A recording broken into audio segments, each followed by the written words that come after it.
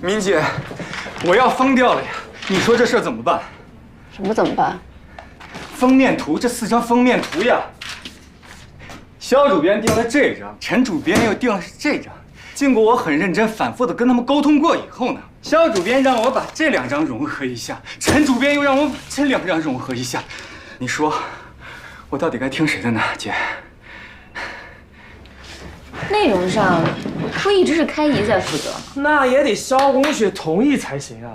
他中午把我叫到办公室跟我说，摄影组所有照片能用的不能用的，他来决定。他不同意的一律不行。他还专门跟我说2个不行的摄影师。你们说巧不巧？这2个摄影师都是陈凯怡喜欢的，现在都没得用了。现在摆明了就是神仙打架，我们遭殃啊！那找我有什么用啊？敏姐，再这样下去的话，盛装会整个被撕裂掉的呀。我跟罗汉很明白自己的身份跟位置，我们就想骑个墙，现在墙晃都没法骑了。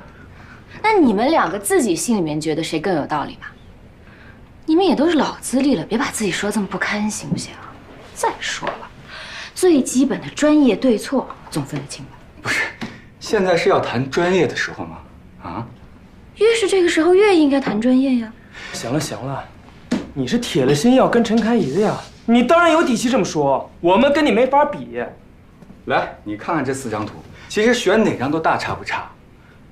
现在就是谁当家谁说了算的问题。秦姐，您不是跟2位老大关系不是挺好的吗？您去调解一下呗，我们真的不知道该怎么办了。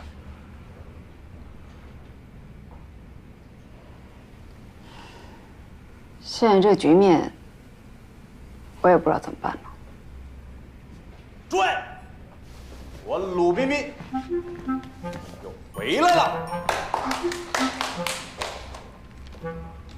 哎呀，某些人只手遮天，独断专行，想用谁就用谁，想排挤谁就排挤谁，没那么容易。我的劳务合同还没有到期，我也没有犯下必须要被开除的错误，我没有乱搞男女关系啊！哎呀，我连个绯闻都没有。我兢兢业业为公司，任劳任怨为工作，我心昭昭，可照明月。谁要开我，我一定抵抗到底。现在肖主编已经回来了，盛装已经变回原来的样子，我也要回归我的本职。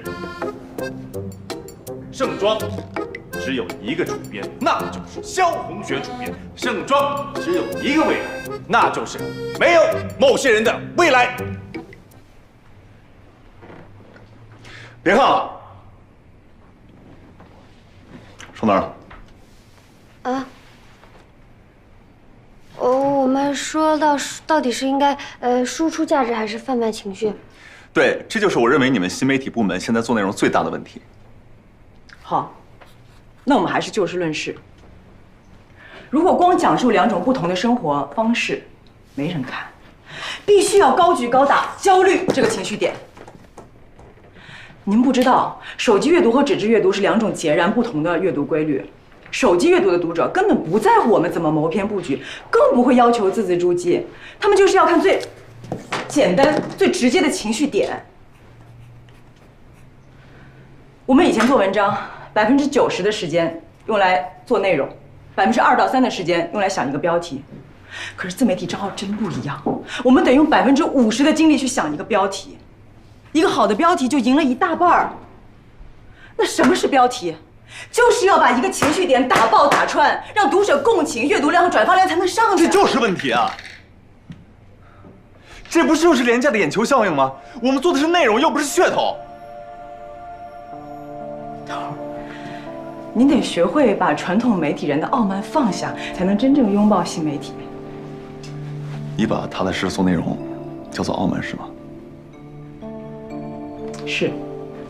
对于在网络上和手机端阅读的受众来说，您这个态度就是傲慢。而且我答应回来负责新媒体部，是因为陈开怡承诺了，这个部门所有的内容标准我来定。对于我们部门来说，现在最大的问题就是人手问题。古怀李娜已经进来了，陈然也想过来，那专题组就没有人了。而且你也看到了，做杂志内容和做新媒体内容是两种思路，我们不可能一直这么坚韧下去，必须得赶紧去找主编申请招人。再不解决人手的问题，那所有的内容都会停摆。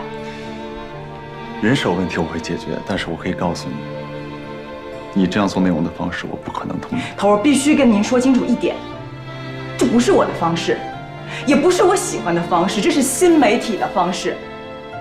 您同意或者不同意，它都会是这样。周鑫，我觉得不管时代怎么变，我们不能忘了自己是谁，对吗？我们是谁呢？乔治以前常跟我说，媒体的深度就是一个时代的基础温度。我知道传统媒体和新媒体有很大的不一样，但是我们不能忘了我们为什么要从事这个行业。我要养家糊口，头儿，真的，我们不一样。我明白，我明白，你有你的生活压力，但是我这不光是生活压力的问题。您已经站在食物链的顶端了，您当然可以去追求更形而上的需求，理想、使命、责任、未来这些大词儿放到您身上毫无违和感，但是我不行。我得赚钱、还房贷、养孩子、养父母，还得应付前夫。我没有余力再去追随你们。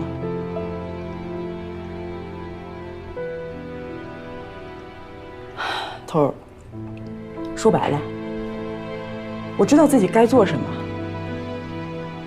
世界就是这个样子了，我只能努力的融入，努力的生存下来，我别无选择。周鑫，我觉得我们之间不应该有这样的壁垒。事实上就是有这样的壁垒，我们不能对真正的差异视而不见。看新媒体账号的人和愿意花钱订阅盛装的人一样吗？上网买高仿的人和去巴黎买最新款时装的人，他们就是不一样啊。时尚的本质之一就是巨大的消费差异，不然那些优越感从何而来呢？我理解您的追求，也理解您的不甘。如果我可以，我愿意像以前一样跟您并肩作战，但是我做不到了。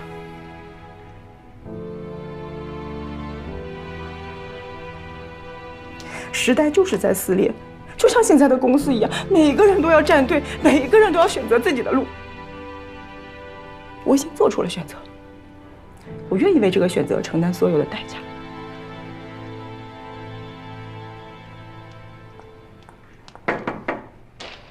严总监，有人找您。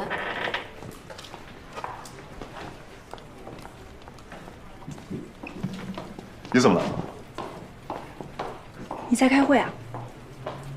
啊，那我等你好了。